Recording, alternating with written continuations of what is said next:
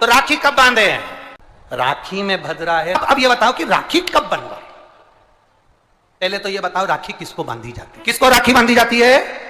रक्षा करने वाले को। अब तुम्हारी बहन तुम्हारे साथ चल रही है और तुम्हारी जिंदगी में हर पल वो तुम्हारा साथ दे रही है कि नहीं? रक्षा करने वाली राखी आप अपनी बहन को भी बांध सकते हो।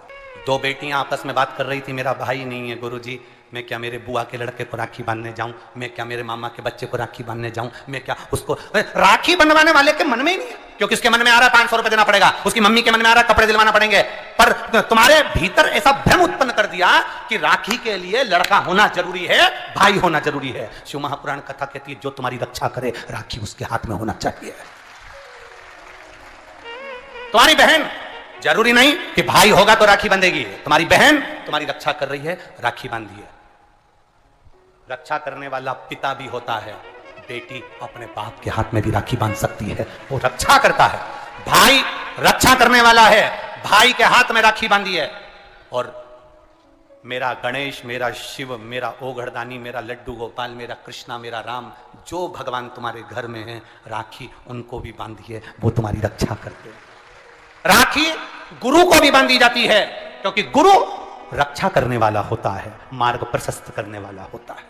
राखी हमारी जिंदगी का एक सुख देने वाली, राखी हमारी, ऐसा नहीं कि केवल मनुष्य को राखी बनती है, आपके गौ माता भी अगर आपके यहाँ है तो गाय भी तो आपकी रक्षा करने वाली है, वो उसकी रक्षा भी हमें करना है और वो हमारी रक्षा करे।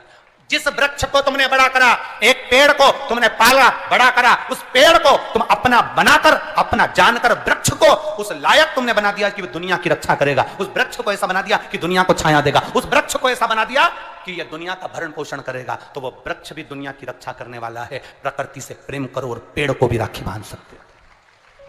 रक्षा करने वाले को राखी, जो तुम्हारी रक्षा करे। एक मां अपनी बेटी की, अपने बच्चों की रक्षा करती है। ये जरूरी नहीं कि तुम, हमारा भाई नहीं है अब हम किसको राखी बांधे, हम किसको भाई बनाएं, हम किसको भाई बनाएं, हम किसको भाई बनाएं। जी ये भाई बनाने के चक्कर में धोखे में मत आ जाना, कहीं एड़े गेड़े नट्ठू खेड़े के राखी मत बांध दिया ना।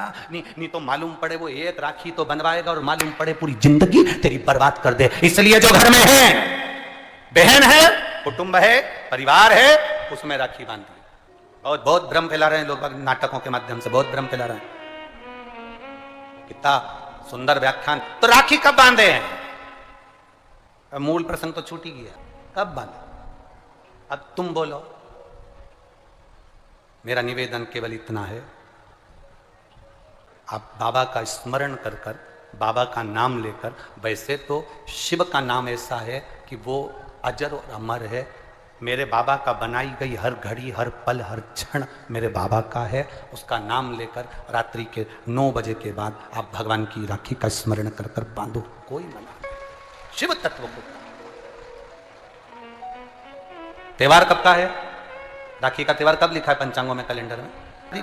तो मनाना, दिल से मना, आनंद के साथ। अब किसी ने पूछा कि गुरुजी राखी बांधने का तो ठीक है, आपने मुहूर्त बता दिया, मम्मी गुलाब जामुन बनाई, वो कब खाए? तो निवेदन है, जब तुम्हारी मर्जी पड़े दिन भर। राखी में भद्रा है, खाने में भद्रा नहीं है। तुमको अच्छे से खाओ, दपट के, कोई मना, तुम खाओ दिल से। तुम्हारा दिन भर ऐसा बीतना चाहिए, ऐसा नहीं कि मुंह उतार के बैठे रहो राखी तो, पर दिन भर तुम्हारे चेहरे पर प्रसन्नता होना चाहिए और मिठाई का आनंद होना चाहिए। दिन भर तुम्हारे चेहरे पर प्रसन्नता हो कि आज रक्षाबंधन है। नहीं तो त्योहार को तुम छोटा कर दो, सुकुड़ दो, ऐसा नहीं। बड़ा हमारा दिन भर त्योहार रक्षाबंधन का, खूब एंजॉय करो, अपने जीवन को आनंदित करो। और मेरे भोलेनाथ को आप अपना भाई बनाओ, मेरे शंकर को अपना रक्षा करता बनाओ, मेरा देव अधिदेव महादेव तुम्हारे से कदम मिलाकर चले, यही भाव रखते हैं। शिव तत्व की प्राप्ति, शंकर का करो, भगवान की भक्ति करो, शिव की आराधना ऊपर हो जाए। उसके बाद आप भगवान का भजन करते हुए खूब रक्षाबंधन का त्योहार आनंद से मनाइए। शिव की भक्ति को प्राप्त, जैसे उसमें श्रीफल, जिसमें जल हो, पानी हो, और पानी वाला फल जब हाथ में देकर रक्षा सूत्र बांधती है बहन, तो भाई का भी घर भरा रहता है और बहन का भी घर भरा रहता है। भाई का भी घर भरा और बहन का भी, जिसमें जल भरा हो, जिसमें पानी भरा हो, वो श्रीफल होना चाहिए। और गोला पर हाथ में जब रक्षा सूत्र बंधे, जब राखी बंधे, तो तुम्हारे हाथ में श्रीफल होना चाहिए, नारियल होना चाहिए। क्यों? पहले की श्रीफल कार्तिक बाबा का प्रतीक है, श्रीफल संत का प्रतीक है,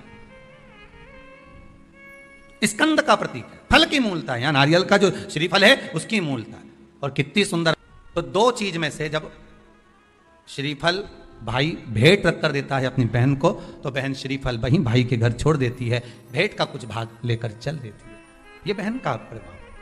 रक्षा सूत्र को लोगों ने बिगाड़ दिया। आज के जमाने में तो रक्षाबंधन का भी महत्व लोग नहीं जानते कि कैसे रक्षा सूत्र बनना चाहिए, कैसे रक्षाबंधन होना चाहिए। उसका भी विशेष महत्व होता है भाई, उसकी भी मूलता होती है।